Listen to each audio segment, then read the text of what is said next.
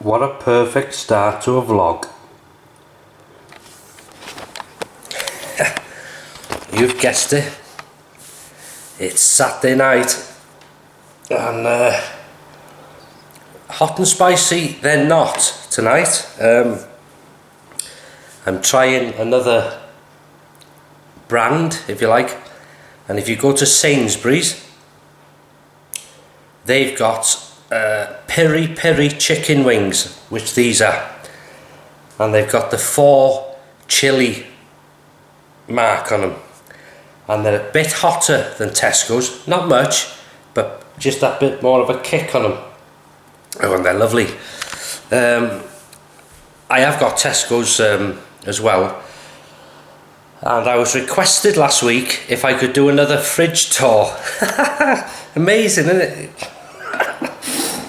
Fridge number 2. So just before this vlog I filmed fridge number 2 tour, so I'll put that up after this vlog.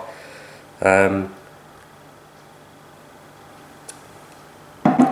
this is the last can, Lidl's Finest Excelsior, 3.9%. And then after this I'll go on to the Carling, which is a bit stronger, isn't it? I think, yeah. 4%, Graham, you said in your last vlog. What was I going to say? Tomorrow, roast beef. I haven't had that for a while. Oh, you'll see it. Little joint I bought. You'll see it in the fridge store. Roast beef. Pembroke new potatoes. I will do... Oh, am I going to do quick soaks tomorrow? Oh, they are nice, them, aren't they? Because I have the spare potatoes, if there is any. Sometimes there isn't. Potatoes, carrots and mushy peas. I'll heat them with some meat and make some gravy and have a sort of a second dinner on a Monday after work when I finished, and it always tastes better second time round. But tomorrow I'll probably do marrow fat peas tomorrow, carrots, new potatoes, roast beef and gravy. Bisto gravy tomorrow. So that's it. I tell you, this chicken makes you drink more. So I'm just waiting for them to cool down a bit because I like them in the oven. A lot of interest and comments and stuff on the last sort of out video I did was with a GoPro at Poole Park Hospital. It's now in the same sort of position as the North Wales Hospital, which means it's it's left to rack and ruin basically. Now, for those that don't know, a lot of people say, well, where is it and how far is it and what's it all about? So Poole Park Hospital was a sister, much, you could tell by the size of it, much smaller than Denbigh Mental, the North Wales Hospital, but it was a sister hospital to Denbigh, and a lot of the staff used to intermingle. All the main doctors and staff were at Denbigh because that was the main hospital for the whole area, mental hospital. But they used to go to Poole Park if they were needed, or staff would, go from Poole Park maybe to the mental for training or whatever. But as I may have mentioned, patients in Denbigh, if they had a severe mental illness, would be admitted into Denbigh, obviously. But as they become better and their health progressed, they would maybe move to Poole Park, and they had their own space there, their own room. It had 60 rooms and fully staffed night and day, and they were free to come and go as they wished from the hospital. and it's about 10 miles from the Mental itself in Denbigh.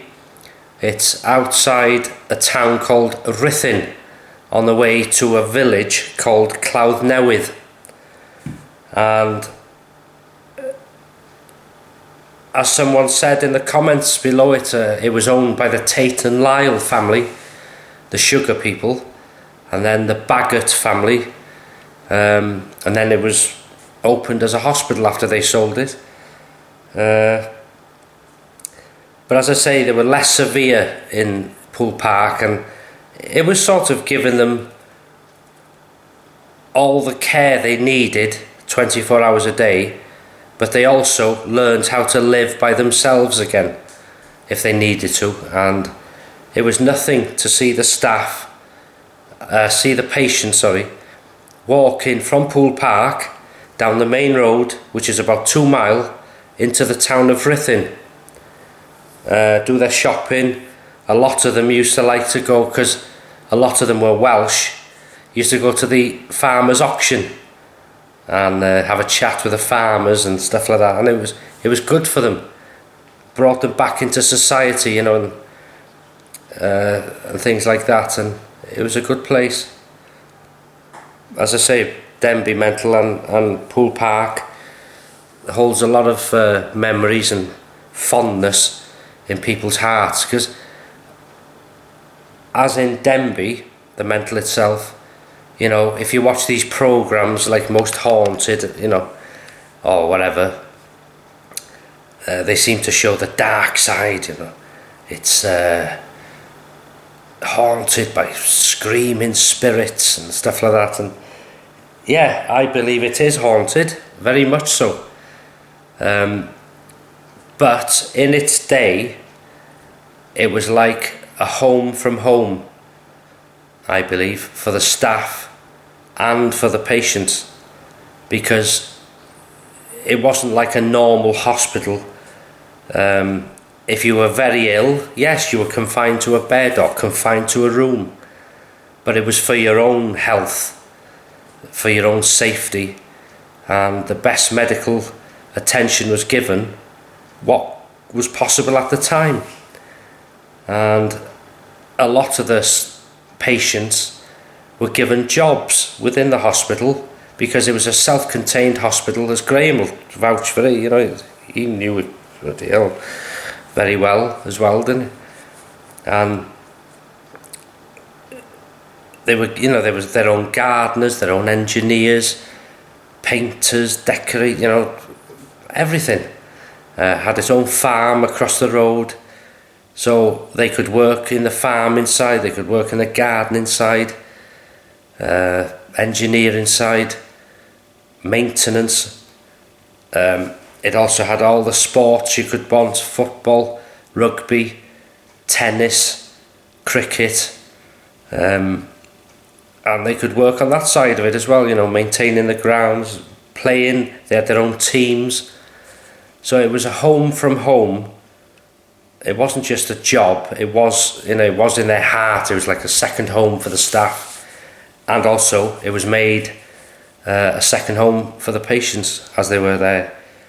And many a time I've heard stories that a lot of patients, when they were seen by the doctors and they said, well, you're back to health now, you can be discharged, and they didn't want to go. They got that sort of used to being in amongst the others, and it's just like if you work somewhere for 20 years and you retire, if you enjoyed the job, you're going to miss it. You don't want to go, I suppose. And I think it was the same there. It was a very nice place. And a lot of, as I say, I keep saying, the staff, everybody, it was a big big employer in Denbigh. Bigger obviously than Poole Park, but it was a big employer, and a very fond. A lot of people care what happens to that place, even though it looks quiet and derelict. There's a lot of people underneath, thinking about it and wondering. And it's all development these days. We don't know what's going to happen. But yeah, so that's a brief sort of bit of information for people that were interested in it. I did intend actually going into Poole Park inside, but when I got there, you know, where you could get in was boarded up. They put new locks on the doors. There are ways in, but it was so overgrown, especially around the back.